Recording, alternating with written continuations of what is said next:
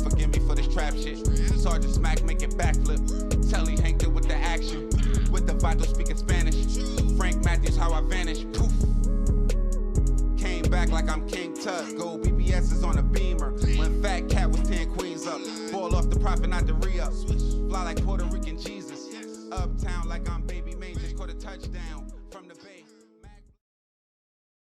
Burks claims a crooked DEA agent locked him up. Now others who say they were there that early morning support his claims. Had you heard of Chad Scott and Jack Schumacher prior to your case? Sure. I mean, their names were in the street. You know, you couldn't, you know, especially in the hip-hop community. In the 1990s, the hip-hop community thrived in Houston, and none moved the needle more than Rap-A-Lot Records. Bruh. Hey, man. Bruh. I don't know who Cuz was. He was in there, wasn't he? Hey, man, we slow, but we show. Hey, man, we slow, but we show, man. What's up, Pop? How you doing, bro? Man, I'm living a dream. Hey, man, what is it feeling like down there in Houston? I'm hearing some things, the Chad Scott and the Schumachers, these federal agents that, was trying to kill me. You know what I mean? Would have killed you too if they had the proper Here's the funny opportunity. thing about that. Yeah. Here's something funny about that I didn't realize until I got older. See, I never realized that our lives were on the line until,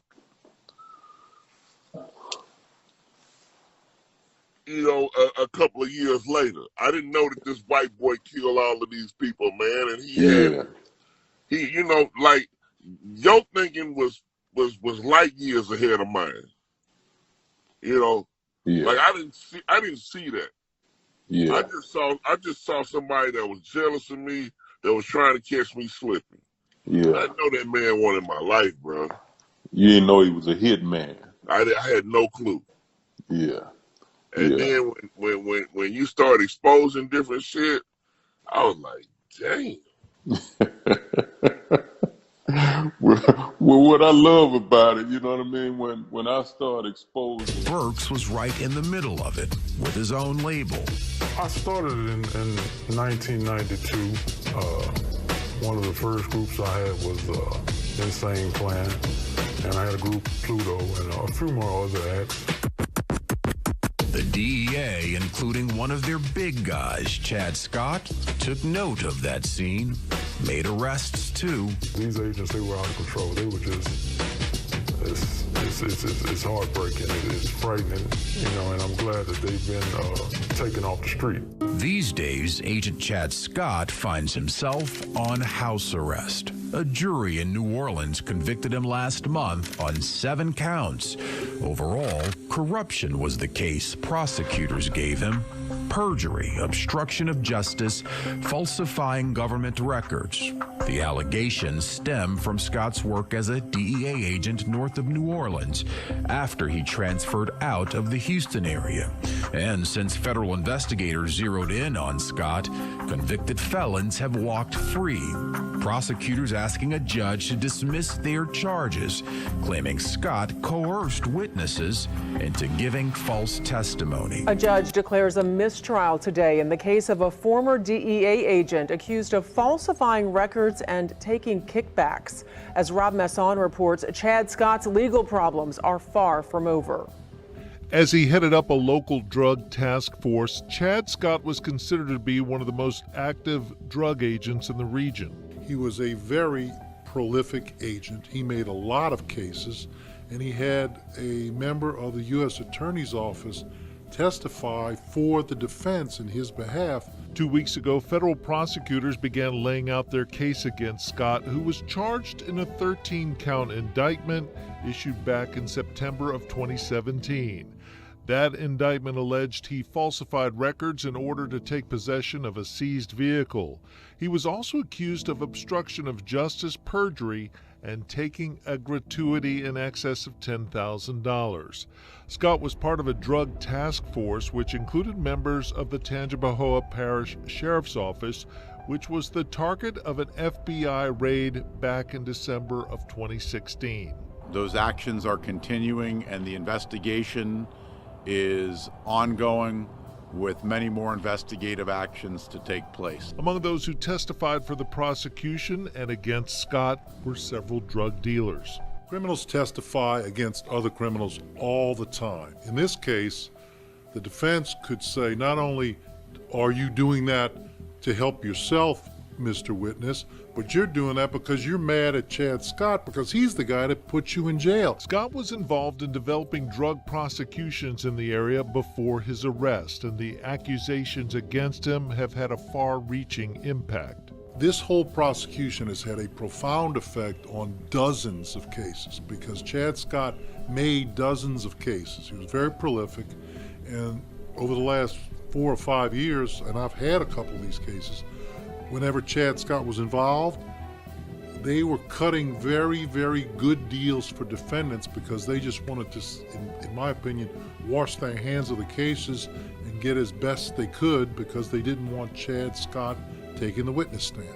Now that a federal judge has declared a mistrial, it's up to prosecutors to determine whether they will try Scott again for the same charges. But his legal problems are far from over.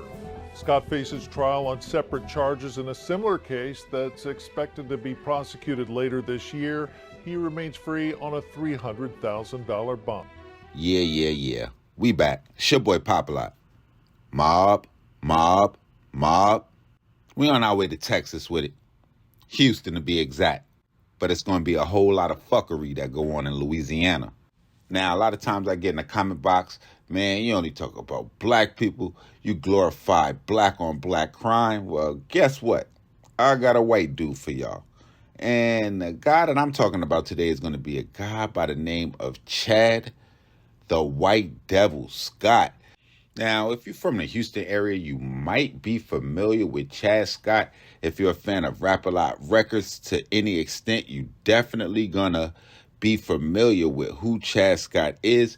And you're also probably gonna be pretty familiar with the negative attention that Jay Prince and Scarface, as well as Rap-A-Lot Records, would face from the DEA for over a decade. Now, by all accounts, the two people that was responsible for bringing that heat on Rap-A-Lot Records, now the two people mainly responsible for that heat would be two DEA agents, one by the name of Jack Schumacher, who would be referenced on the Scarface Look Me in My Eyes, where Scarface would say, quote, "I can't get no peace because Schumacher been chasing me. Fuck the DEA."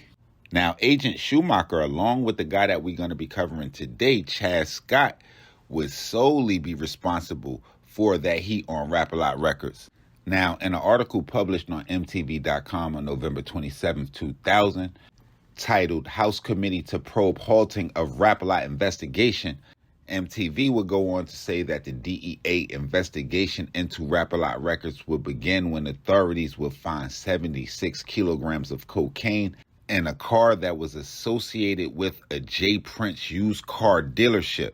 Now, in that same article, MTV would ask, did political pressure from Washington halt a drug investigation of Rap-A-Lot Records president James Prince?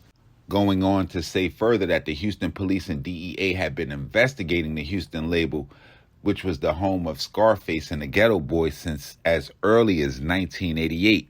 Now, the House Committee on Government Reform would hold a hearing on December 6, 2000, where they subpoenaed 5 drug enforcement agents, as well as 3 Houston police officers.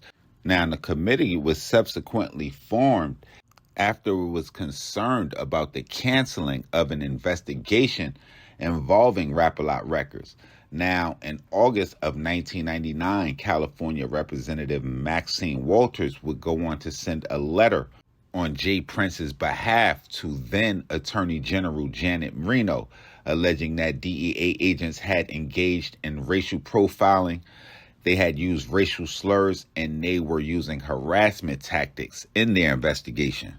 Now, the lead investigator at that time, who was Jack Schumacher, would then be transferred to a desk job, ironically, only 2 days after then Vice President Al Gore would take a trip to the Church Without Walls in Houston, a church that Jay Prince is said to be a member of, as well as being responsible for more than $1 million in donations to the church. Now, at that December 7th hearing, a lot of allegations would begin to be thrown. Now, Agent Schumacher would go on to tell the Congressional Committee that the probe into Rap-A-Lot Records was canceled and he was demoted after the label head James Prince had given a $200,000 donation to Vice President Al Gore's presidential campaign. Now, a lot of people might ask themselves about the allegations of the DEA agents being hitmen, and I would see evidence of this at the same congressional hearing when it would be determined that Jack Schumacher had been involved in 6 fatal shootings in the line of duty. When asked by the Congressional Committee how many people he killed, Jack Schumacher would go on to respond he didn't keep count. He would go on to admit that he was involved in probably 12 gunfights, all of which involved numerous officers and numerous criminals. And according to a wide variety of sources, Chad Scott was involved in the same behavior, so much so that it will force one drug dealer to put a $15,000 hit on his head. It's said in his 17 years with the DEA that Chad Scott would gain a reputation as a ruthless agent that will often boast to suspects that he was the baddest motherfucker on long Interstate 12. So pretty much from the time of that congressional hearing and that initial investigation into Rap-A-Lot Records up until August of about 2021, Chad Scott will presumably go from Houston to Louisiana playing judge, jury, and executioner. But it was right at that time when they were in for him because according to court documents, they're going to say that he would perjure himself and direct others to commit perjury to obtain a conviction against an alleged drug dealer. According to the federal government, they're going to also say that he falsified forms that he could take possession of a truck that was brought for him by a drug dealer. Now, when him and 2 other law enforcement officers would begin to suspect that they would be investigated, Scott and the others would conspire to throw evidence of their wrongdoing into the swamps outside of New Orleans. They would also go on to say that Chad Scott would steal money and possessions from defendants that his DEA group had arrested.